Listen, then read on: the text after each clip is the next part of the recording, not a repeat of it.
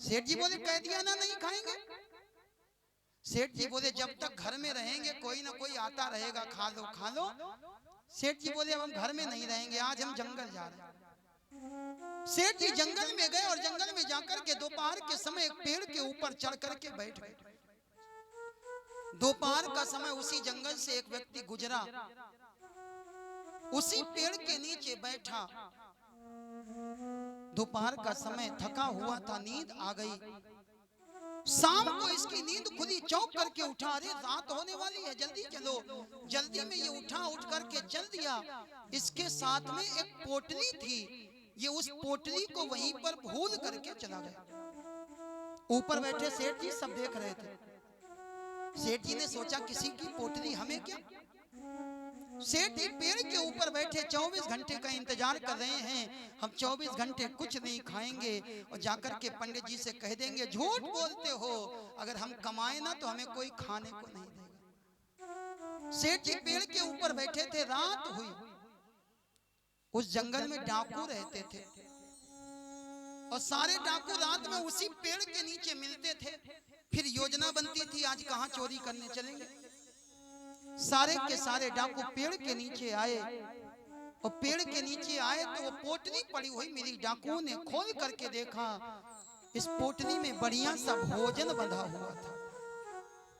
ये व्यक्ति अपना खाना लेकर के आया था, जल्दी में भोजन की पोटली छोड़ करके चला गया था। डाकुओं ने भोजन देखा। अब डाकू आपस में बात करने लगे, एक बात बताओ, इस जंगल में ये खाना कहां से आया। एक बोला आजकल के पुलिस वाले बहुत समझदार हो गए, हमें लगता है किसी पुलिस वाले ने खाने में जहर मिला करके रखा है कि हम खाएंगे और मर जाएंगे। इधर उधर देखो, पुलिस वाले यहीं कहीं छुपे होंगे। डाकू इधर उधर देखने लगे। इतने में एक की नजर ऊपर गई, सरदार ऊपर, बंदूक तान दी, नीचे उतरो। सेठ जी बोले देखो नीचे बिल्कुल नहीं आएंगे। डाकू फिर कहता नीचे आओ। सेठ जी बोले नहीं आएंगे। एक डाकू गया, जाके ऊपर से धक्का दिया, सेठ जी नीचे गिरे। डाकू बोला खाना खाओ। सेठ जी बोले बिल्कुल नहीं खाएंगे। एक बोला देखा खाने में जहर मिला है, कैसे खाएं, अब इसी को खिलाओ, ये हमको मारना चाहता था। डाकू बोले खाओ। सेठ जी बोले नहीं खाएंगे। डाकू ने लगाए दो झापड़। सेठ जी खाने लगे और कहने लगे सही कहते हो भैया, सबको भगवान खिलाता है और जो नहीं खाता उसको मार मार के भगवान ही खिलाता है।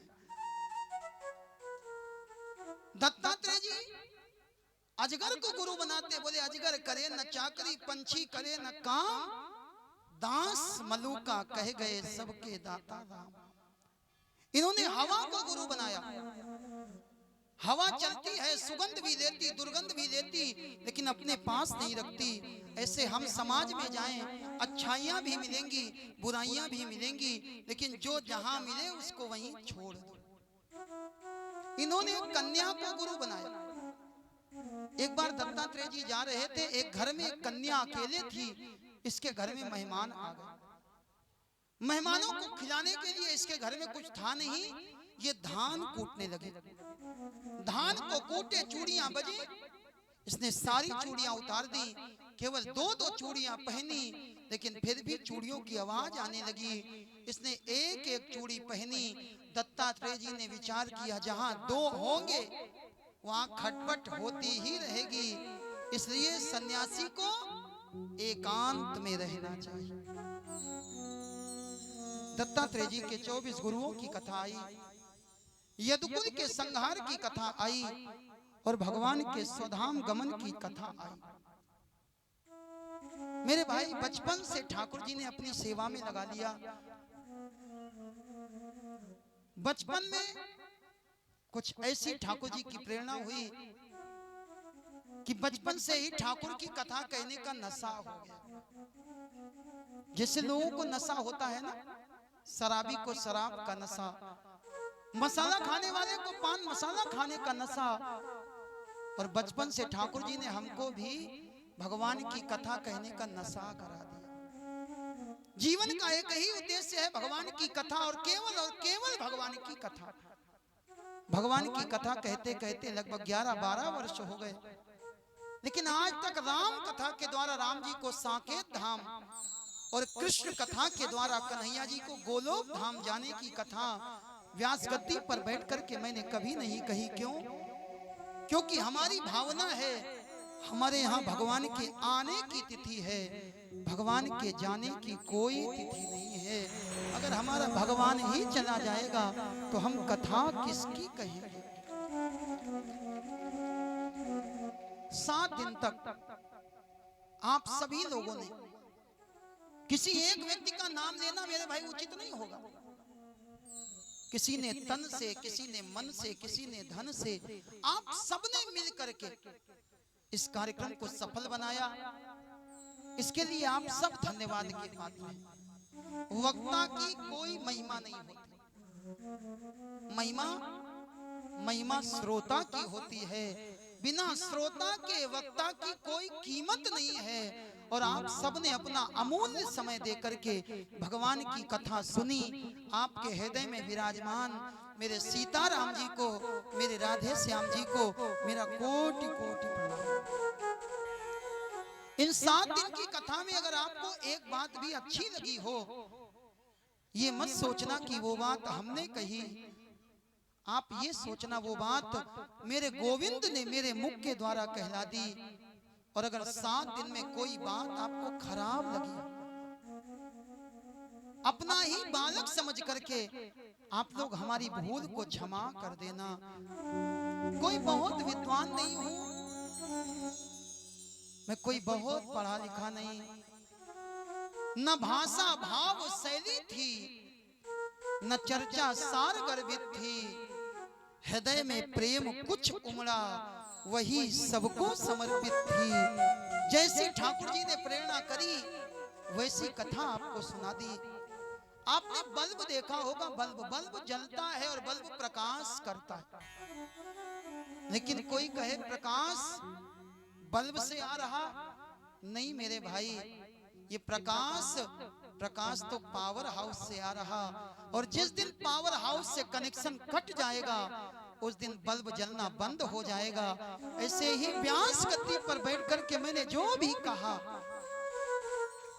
जैसी ठाकुर जी की प्रेरणा हुई बस वैसी ही वाणी निकलती रही। आप सबने बहुत धैर्य के साथ समय दिया। 3 से 6 का समय और 8, साढ़े 8 बजे तक आप लोग बैठे रहे। ये केवल इसलिए संभव हुआ क्योंकि आप सबके हृदय में मेरे परमात्मा बैठे। मेरे परमात्मा ने आपको रोक करके रखा। आपने भगवान की कथा सुनी। कथा सुनने के बाद बहुत लोगों के मन में ये भाव आता है कि हम भी कथा कराएं। लेकिन जब कथा की चर्चा होती तो सबसे पहला प्रश्न आता है खर्च का। देखो भैया, संसार है, यहाँ खर्चा सब काम में लगेगा। कथा कराओगे तो भी खर्चा लगेगा। लेकिन आज तक का मेरा नियम है, सारी व्यवस्थाओं के लिए तो धन तय हो जाता, आचार्यों का, संगीतकारों का, सबका धन तय हो जाता। लेकिन आज तक पर्सनल अपनी दक्षिणा हमने कभी किसी से तय नहीं करी। कोई 1 रुपया दे उसका भी भला, और कोई 1 करोड़ दे दे उसका भी भला। आपके मन में जब भाव जगे, सारी व्यवस्था कर लेना, सबकी व्यवस्था कर लेना। और हमसे कथा सुनने के बाद चलते समय हमको 1 तुलसी का पत्ता दे देना, हम तुलसी का पत्र लेकर के चले जाएंगे, आपसे कभी शिकायत नहीं करेंगे। लेकिन हाँ, प्रयास करना कि कम से कम एक बार तो हम यजमान बनकर के भागवत की कथा सुन ही लें, क्योंकि ये भागवत सच्चा ग्रंथ है। बिना भागवत सुने मुक्ति नहीं है।